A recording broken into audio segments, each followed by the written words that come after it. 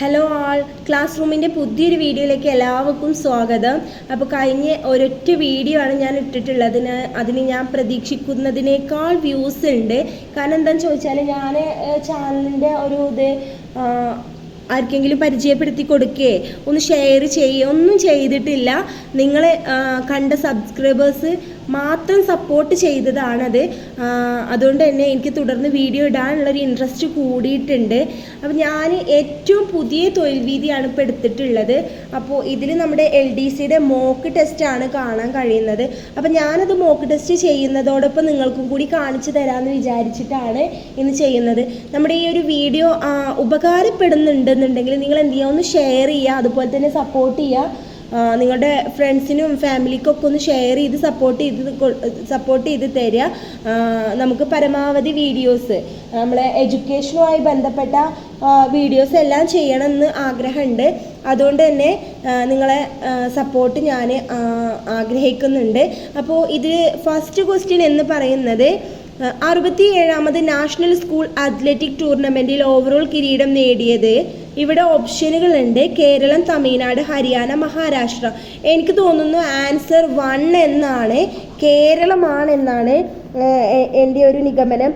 അതുകൊണ്ട് തന്നെ ഞാനിവിടെ ഇതിൻ്റെ ഉത്തരം രേഖപ്പെടുത്താനുള്ള OMR ഷീറ്റിൽ A ആണ് ഞാനിവിടെ അടയാളപ്പെടുത്തി കൊടുത്തിട്ടുള്ളത്. നമ്മുടെ രണ്ടാമത്തെ ക്വസ്റ്റ്യൻ വരുന്നത് 2024 ജനുവരിയിൽ മലേറിയ മുക്ത രാജ്യമായി ലോകാരോഗ്യ സംഘടന സർട്ടിഫൈ ചെയ്ത ആഫ്രിക്കൻ രാജ്യം ഏതെന്നാണ്. ഓപ്ഷനുകൾ വരുന്നത് നൈജീരിയ, കേപ്പ് വെർദി, ദക്ഷിണാഫ്രിക്ക, നമീബിയ എന്നാണ്.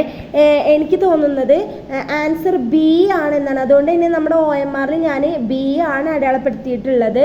മൂന്നാമത്തെ ക്വസ്റ്റ്യൻ വന്നിട്ട് 2024-28 കാലയളവിൽ IPL ക്രിക്കറ്റിൻ്റെ ടൈറ്റിൽ സ്പോൺസർഷിപ്പ് അവകാശം നേടിയ കമ്പനി ഏത്?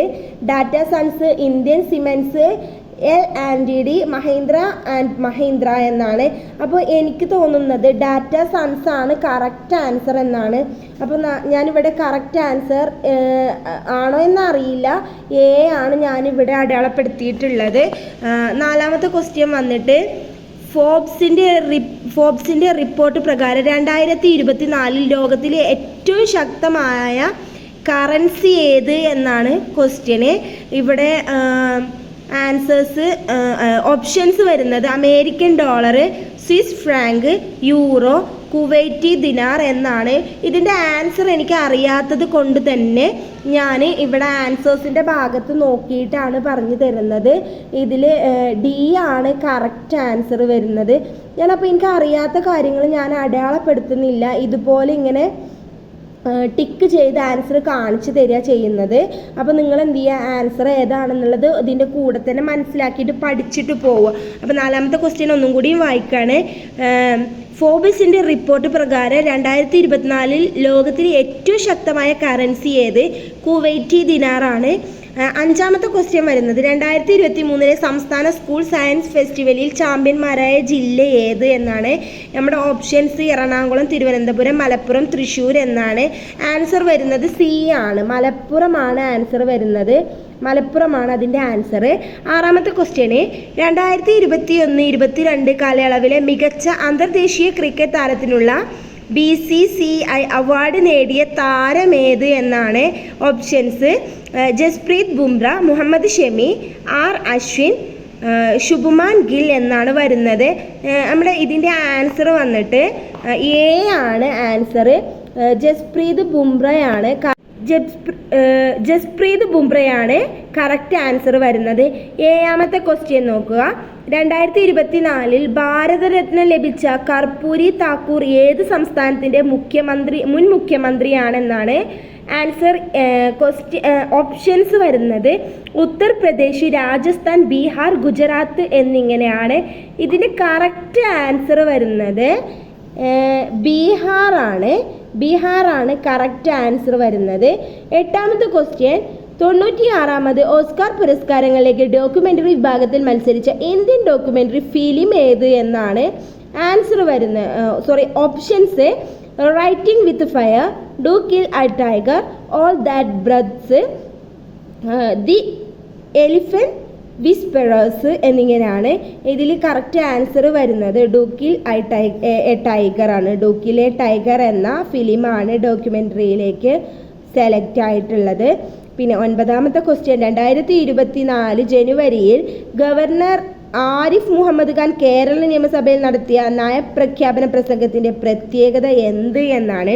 ഓപ്ഷൻ എ നിയമസഭാ ചരിത്രത്തിലെ ദൈർഘ്യമേറിയ പ്രസംഗം, നിയമസഭാ ചരിത്രത്തിലെ ദൈർഘ്യം കുറഞ്ഞ നയപ്രസംഗം, നിയമസഭയിലെ ആദ്യത്തെ വീഡിയോ നയപ്രസംഗം, നിയമസഭയിലെ ആദ്യത്തെ പ്രതിനിധി വഴിയുള്ള നയപ്രസംഗം. ഇതിൽ ആൻസർ വരുന്നത്, കറക്റ്റ് ആൻസർ എന്ന് പറയുന്നത് സി ആണ്.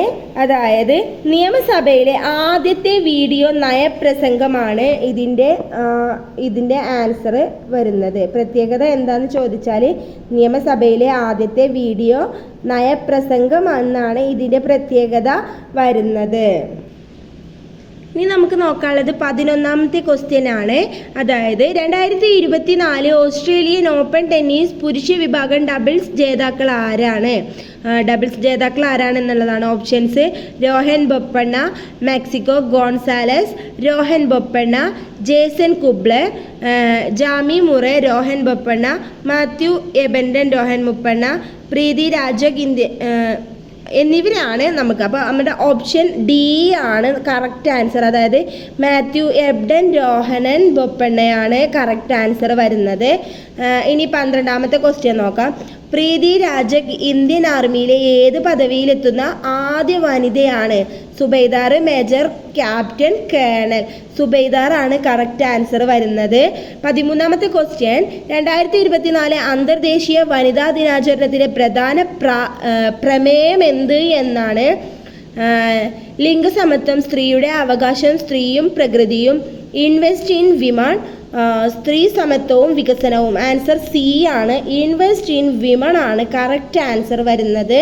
14ാമത്തെ ക്വസ്റ്റ്യൻ നോക്കുക. കേരള ഗവർണറുടെ സുരക്ഷ ചുമതല നൽകപ്പെട്ട കേന്ദ്ര പോലീസ് സേന ഏത് എന്നാണ്.